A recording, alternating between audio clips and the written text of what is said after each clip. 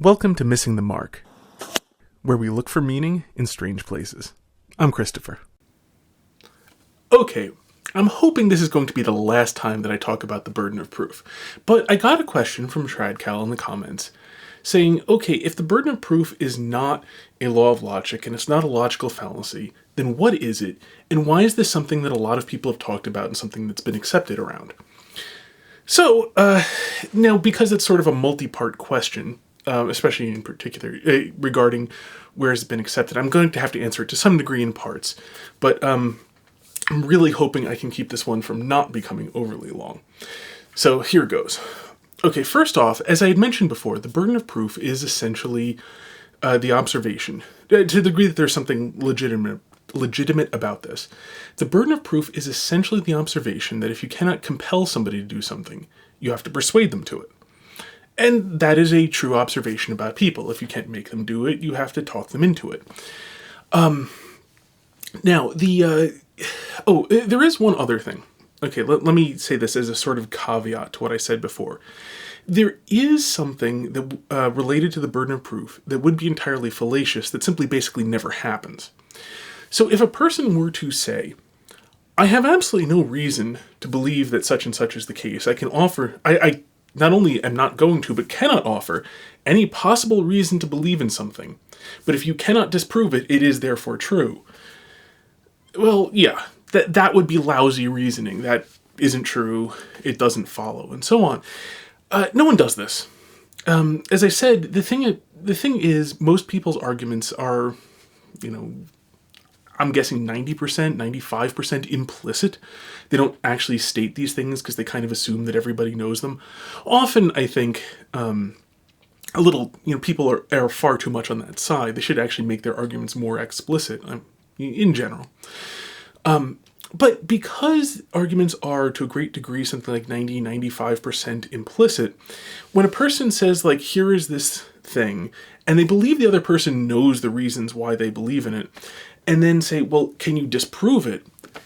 They are not saying you have to believe in something if you have no ability to disprove it. What they're saying is, implicitly, there's this mountain of evidence that I have that I didn't just say out loud. Can you actually show that this evidence does not lead to the conclusion? Because otherwise, here's this evidence which leads to the conclusion. Now again, most people are not, in fact, trained in philosophy. Most people are not trained in logic. Most people tend to be very sloppy in what they say.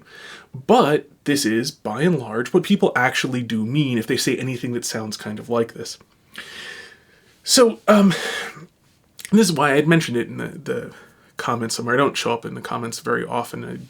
By the way, if you want to get in touch with me, go to my website. I have it linked, and get in touch with me that way, or find me on Twitter, what have you.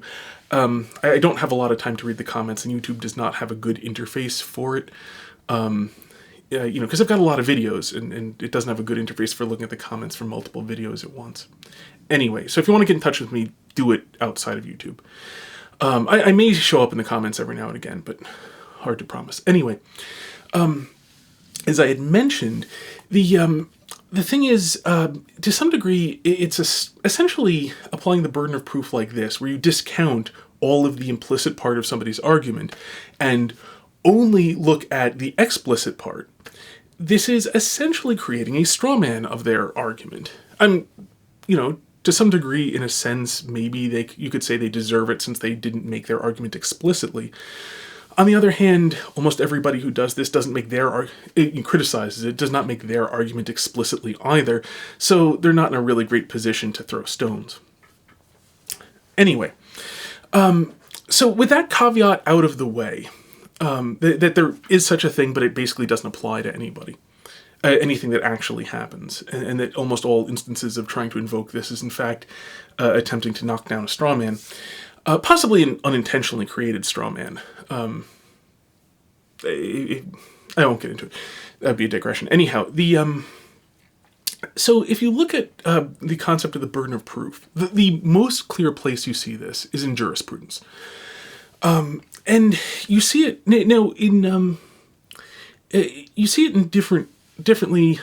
You see different ideas of this in different courts of law, but the basics are pretty much universally true. And the basics are this, that ordinary citizens are going about living their lives.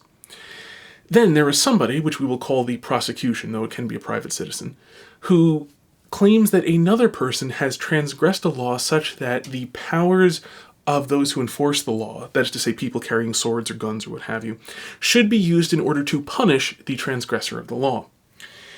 Now, at this point, the person who has been accused of transgressing the law has some, possibly including zero, ability to then argue, well, no, in fact, the case made by the prosecution is not in fact true. You should not use the force that you have at your disposal in order to punish me.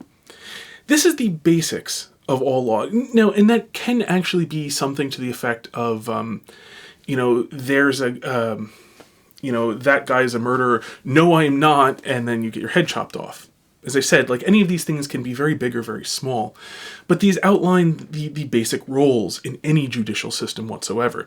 Sometimes they're collapsed too. You can have for example, a separate judge, or the function of judging can be separated from the people who have the weapons, but they essentially work together. The judge directs what happens with the weapons. You can even in some cases have the prosecution collapsed in, wherein you can have the judge, be witness to a crime, say, and then just using their judicial power, say, I saw this happen, he is guilty, end of story.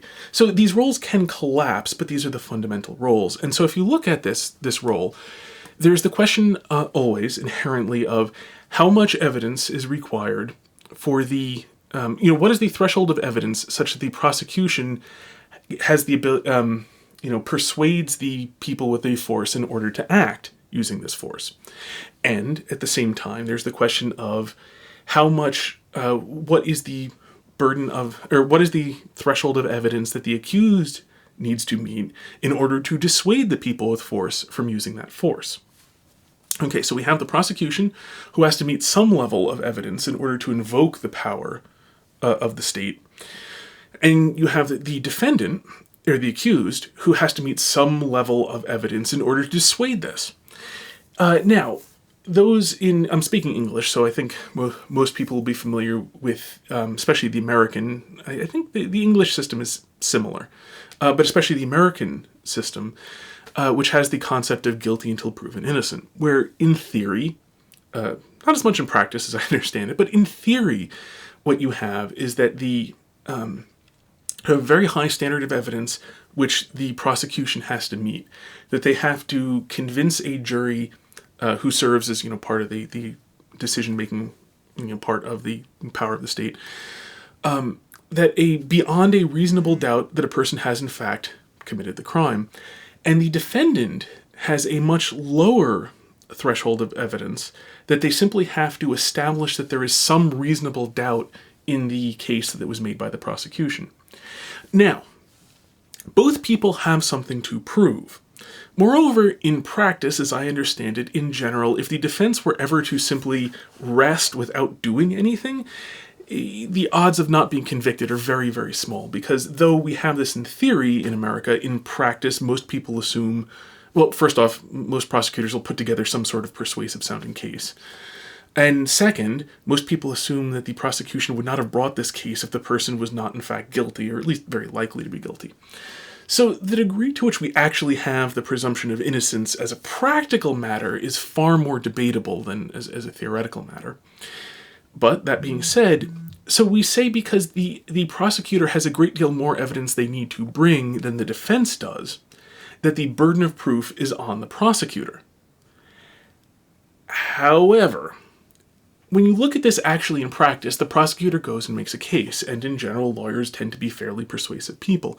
There's a heavy self-selection bias involved. Once the prosecution has made a case, the defense then can rebut this case.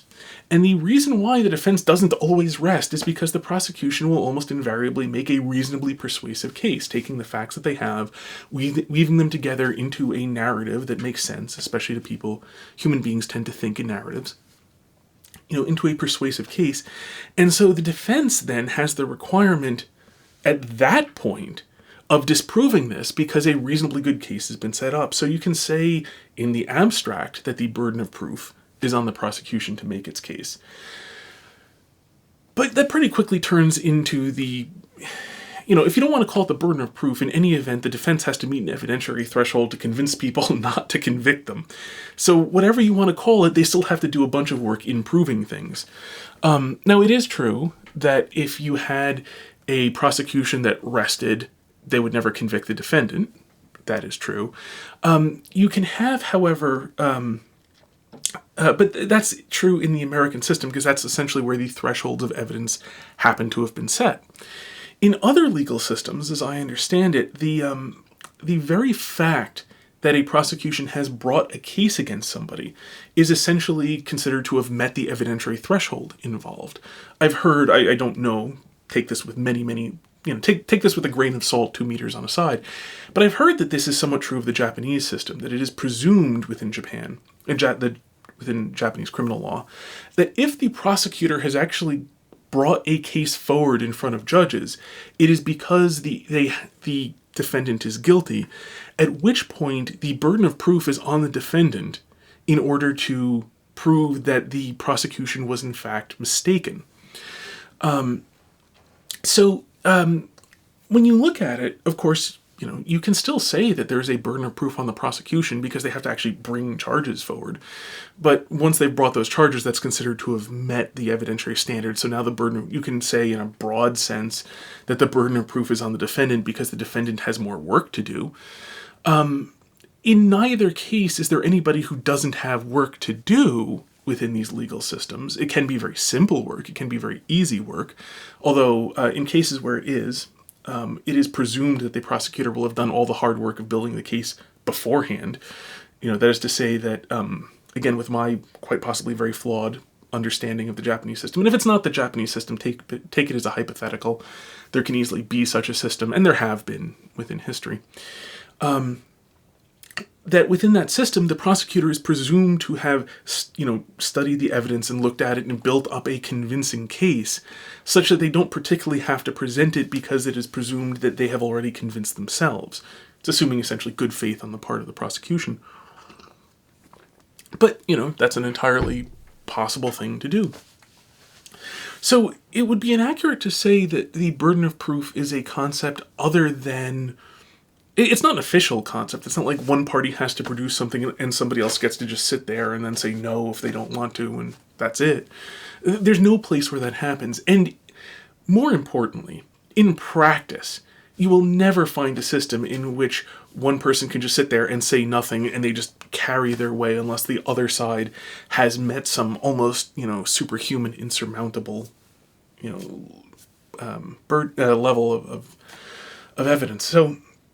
And by the way, just to be clear, when I say evidence, I mean actual evidence, like, in the sense that not empirical evidence, because you basically, there's very, very little in the way of empirical evidence you can ever have in a courtroom. Legal dramas where they do demonstrations notwithstanding, it's almost unheard of to have empirical evidence. You have a great deal more testimony in court. In fact, you have tremendous amounts of human testimony, the testimony of eyewitnesses, the testimony of experts, the testimony of, just I'm sorry, I was going to essentially relist witnesses again. So, when I say evidence, I don't mean empirical evidence. I mean, evidence in the broader sense. That is to say, things that lead you to the idea that a conclusion is true, or lead you to the belief that a conclusion is true. And so, there's a burden of proof in the sense of any given legal system will have its thresholds, and you can say whoever has the higher threshold of evidence to meet has the burden of proof. That varies, and in any event, both people have to go and do, work to prove their side in practice. So, is there a burden of proof there? Well, sort of, kind of, but I mean, if you look at it, not at all in the sense that people tend to invoke it on the internet. You can see, you will see a burden of proof too in things like a mock trial, debate clubs that are essentially, holding pretend trials, for example, will establish things like a burden of proof. I've heard of debate societies that have a burden of proof. like scored debates, essentially, that will have a burden of proof. But I've been in debate clubs when I was significantly younger, and I never saw one that had anything like a burden of proof. You were just judged by, even when they were judged, you were judged by how good were the arguments you made. Both sides were judged, both sides had to argue, their side of it, and whoever had the better arguments, according to the judges, won. There was a burden of proof isn't very useful in that. More so in court for, again, the reasons, because it relates to the American judicial system, somewhat abstracted. There aren't, you will find burdens of proof in anything analogous to this. So, for example, in a like if you're accusing somebody in a like a social media thing of having committed abuse, you have to then produce the evidence of the abuse. You have to be able to point to where the abuse happened. A mere allegation without being able to point to any of the social media communications is insufficient. At the same time, it then tends to be like you point to what you think are the abusive, whatever it be, Facebook post, tweets, whatever it is. And then at that point, though, so to some degree, like you say, like, here's the evidence. But at that point, there really isn't a burden of proof because neither side gets to argue it. There's just a judge who judges whether or not this meets the community standards of the thing. So there isn't, much of a burden of proof there. You can kind of say there is one. I'm kind of hard pressed to point, to look to other things that aren't, deeply analogous. You can find some theories, for example, of how certain disciplines are supposed to work that will claim there is a burden of proof. Sort of, you can see like a scientific method, for example, where, in theory, there's a burden of proof on, suppose, like the person proposing the theory. But I mean, this is just the ordinary human aspect of somebody who is suggesting that people believe something will then give them some reason to do it. Again, as I said, like, this doesn't really apply to anything in the religious context because religious people have reasons for it. I know atheists love to dismiss these reasons, but, for example, there is human testimony about this thing is evidence. That's what, especially given the court example, testimony is evidence. You can accept it or reject it, but in any event, it is evidence. I mean, to claim it's not evidence is just let's just be stupid. Anyway, sorry, buzzer went off. Anyhow, I apologize. Someday I'll have the time to actually go and edit these things. The whole reason I'm doing this sort of, completely unscripted format is right now I have so very little time. And so this is very much in the category of not letting the perfect be the enemy of the good. Why will this thing not shut up? So I'm terribly sorry about that. And as I said, someday I will edit these things and make them better.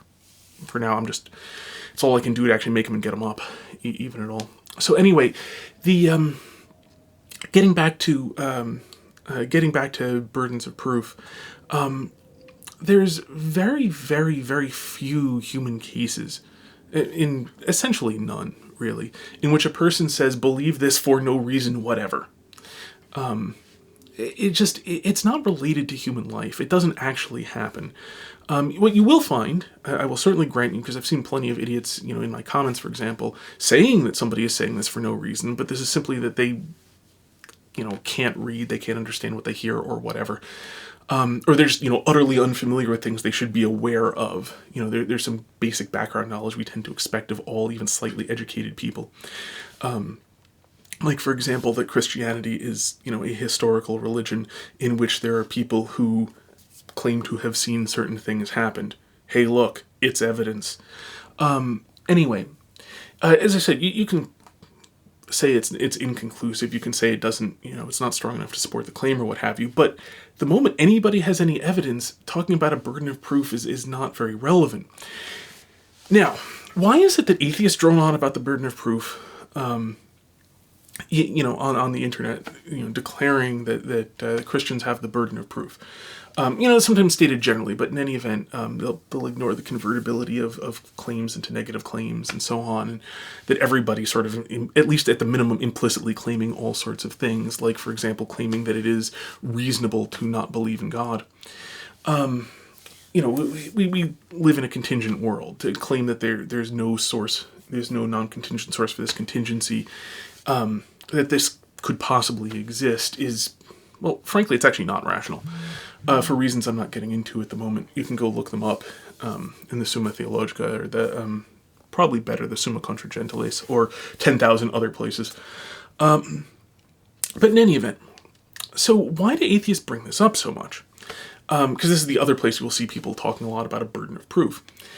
And the answer basically, and I'm sure that atheists will deny this up and down, because of course it's sort of inherent in it, is that essentially a great many atheists on the internet, and I'm talking about, internet atheists here, not atheists more generally, but internet atheists, a lot of them, I'm pretty confident, really want to be like Statler and Waldorf from the Muppets. Or to take a slightly more current example, like T.J. Kirk, for example. That is to say, they want to be people who are famous and get applauded and so on for heckling. I mean, just, put very simply, saying like, hey, he's doing a bad job. Look at this idiot. Look how dumb he is.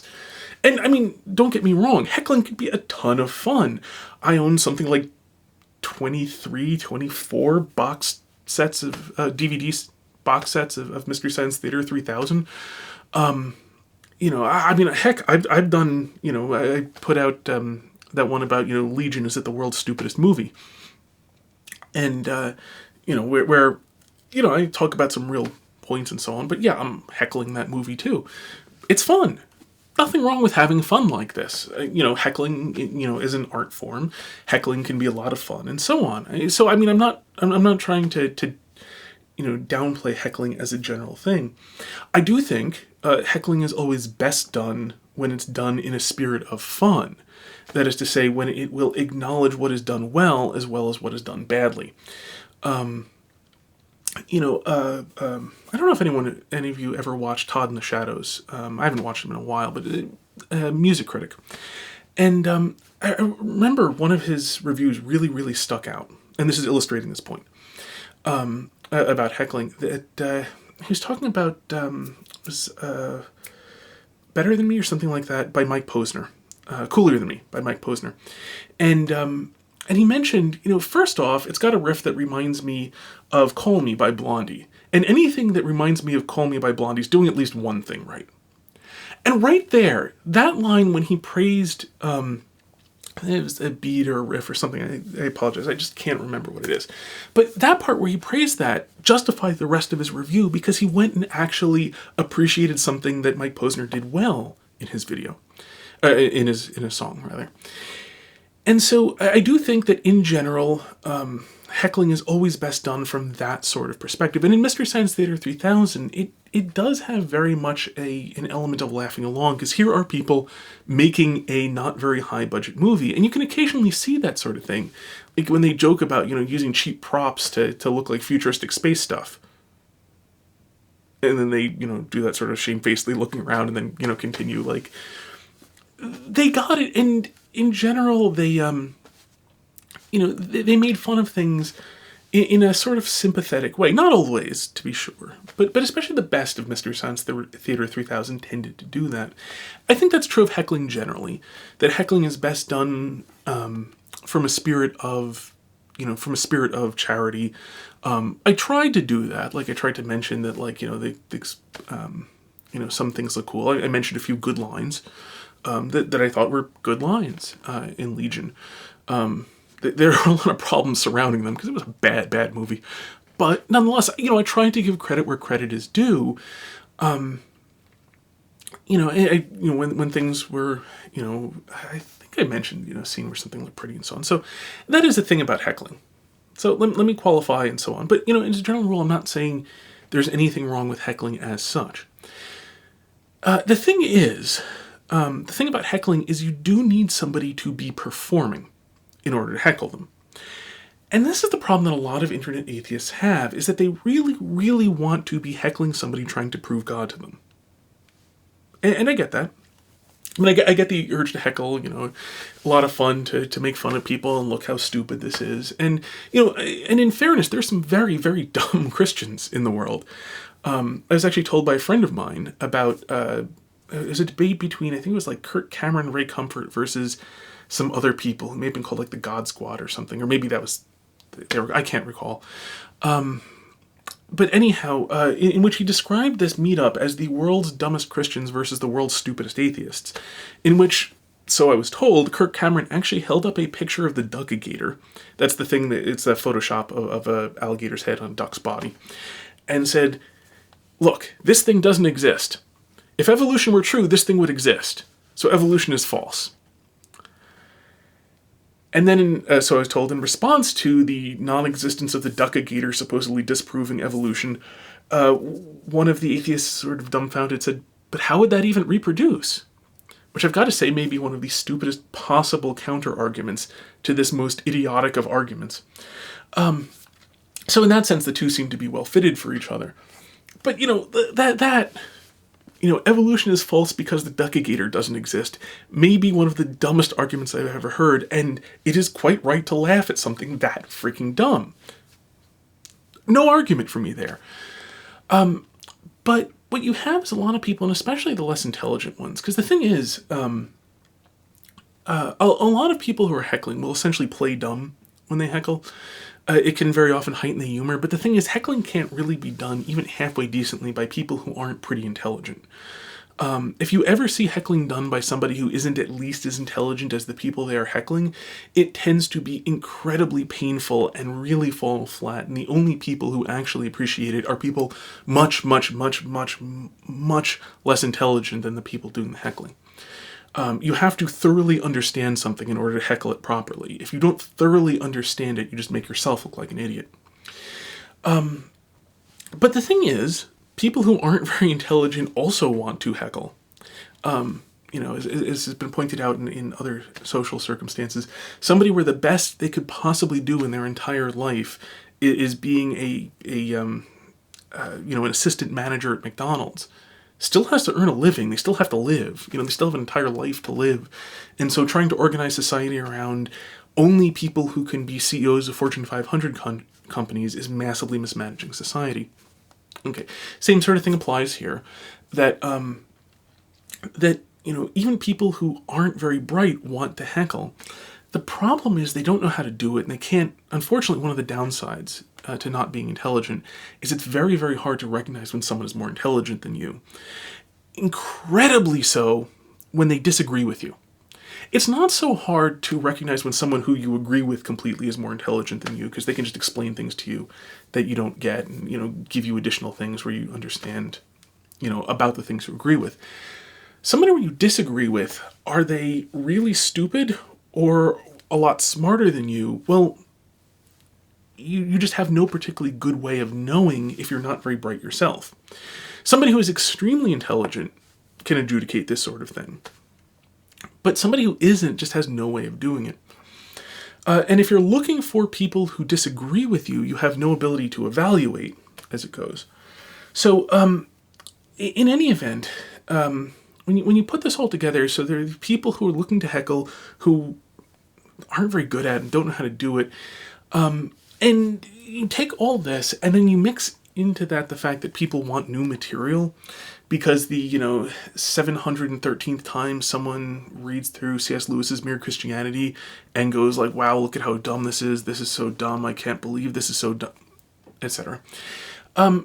Ceases to be very interesting. As I understand it, actually, this is a problem that a lot of YouTube atheists actually have at the moment, is that, after a few years, there's only so much you can, take even new people and talk about how dumb they are saying the same things, because, there's not an infinite variety of arguments on either side. So the upshot of which, though, is that still, new people are vastly preferable to doing the same material as before. Because, if 13 other people have reviewed, C.S. Lewis's Mere Christianity, what does your 14th review have to offer?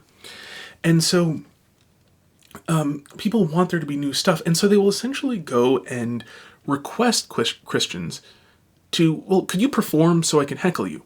And the form this takes is like, well, hey, convince me that there's a God.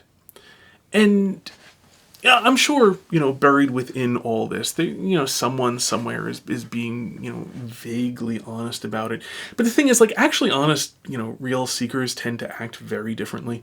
I've met them. I've met them. There's some, people who really are, very honestly looking, very honestly searching. And those sort of people I'm very willing to talk to.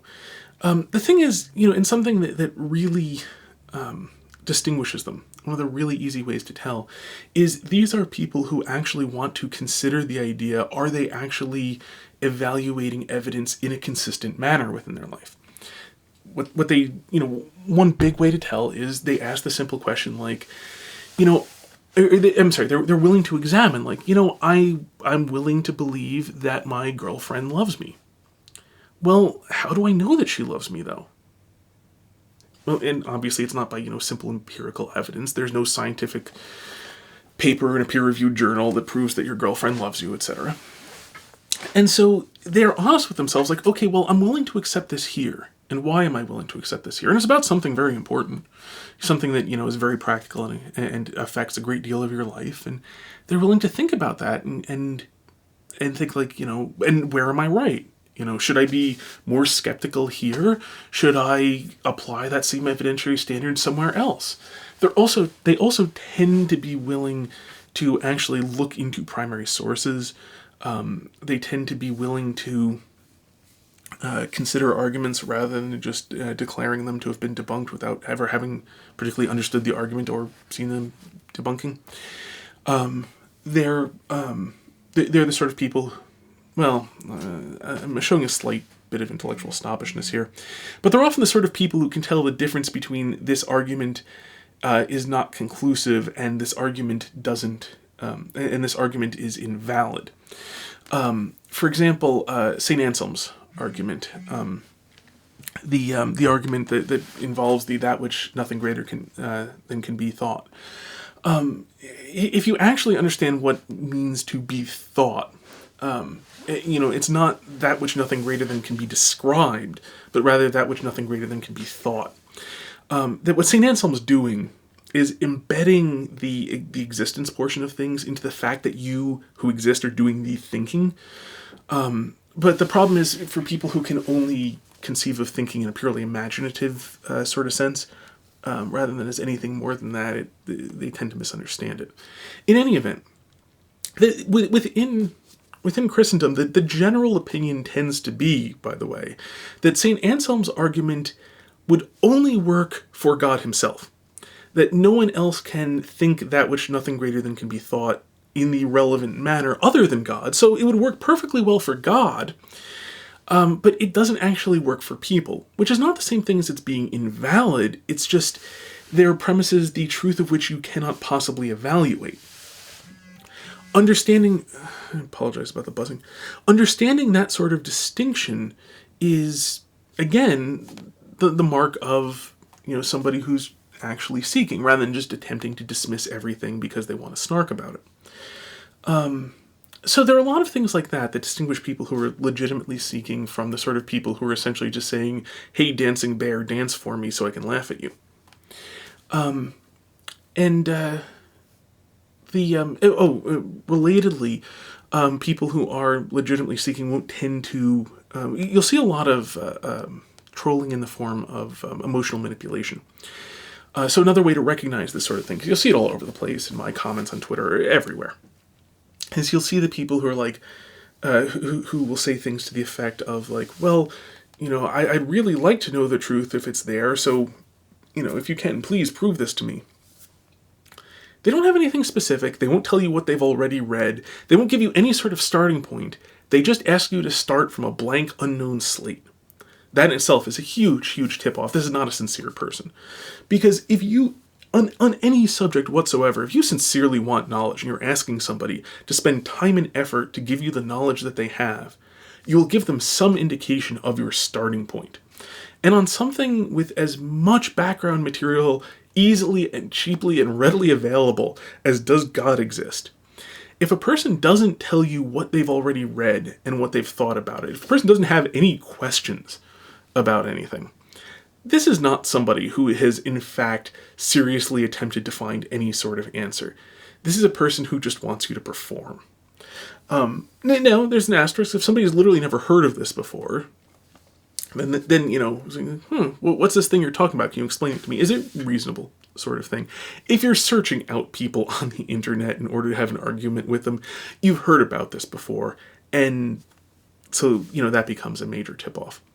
There are other things like the emotional abuse of I'm sorry, not emotional abuse, emotional manipulation, attempted emotional manipulation of the well, I thought you would be different. I had hoped I would find somebody who could actually do it. So many people hadn't been reasonable, but, you seemed like you would be reasonable. Anything like that. Anything of the, I'm in jeopardy and you're the one person who can save me sort of thing is very much an attempted emotional manipulation. They're attempting to prey upon our desire to save people, to help people in order to get you to perform. All this sort of stuff are good ways of telling the difference. And you see a lot of the things I described as the, please perform. And those are, incidentally, all the people who invoke the burden of proof, at least very much in my experience, and the experience of everybody I know, is that the people who invoke the burden of proof is on the Christian, are people who essentially are really, really hoping the dancing bear will perform so that they can do their, stage show in front of it, roughly. That's an overview of the burden of proof and the sorts of places you find the burden of proof and the sort of people who, talk about the burden of proof as a thing. It has some legitimate uses as a sort of vague description. Those uses do not, in general, have much of anything to do with the way it gets invoked in discussions about God. I think that covers it pretty reasonably. I mean, I'm sure there are a few places where people will talk about a burden of proof that I've left out, but I suspect that they will tend to all fit into something I've already discussed. So hopefully that will answer the remaining questions of people who have questions. I am sure I'm going to get a bunch of trolling comments here, just like I have on the rest. I love the people who say, "Oh, so disagreement is trolling." No, not disagreement is trolling. There are people who can disagree with me. It's the people who are not, very clearly not being at all serious in what they say, who are doing the trolling. In any event, all the people involved in generally don't seem to be able to comprehend what they read anyhow. I really wish, if anyone knows, before I end, just a great resource request. If anyone knows someplace run by atheists or agnostics who will, for a fee, teach atheists how to understand what they read, on a purely secular level, I get so many who on a purely secular level just can't even comprehend what they read, such that they will attack people for the opposite of what people said. Please let me know. I'd love to be able to direct some of the atheists I run across to someplace that will actually teach them teach them basic reading comprehension. I've run into too many of these people who've been massively failed by whatever schooling system they've been in, and frequently come away with the exact opposite of what was meant by the thing they just read. And as I said, in secular context, not just religious context. So if anyone knows of one of those sources, let me know. I'd love to be able to pass this on. It would actually help these people.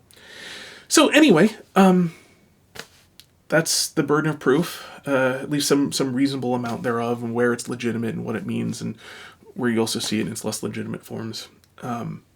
So until next time, may you hit everything you aim at.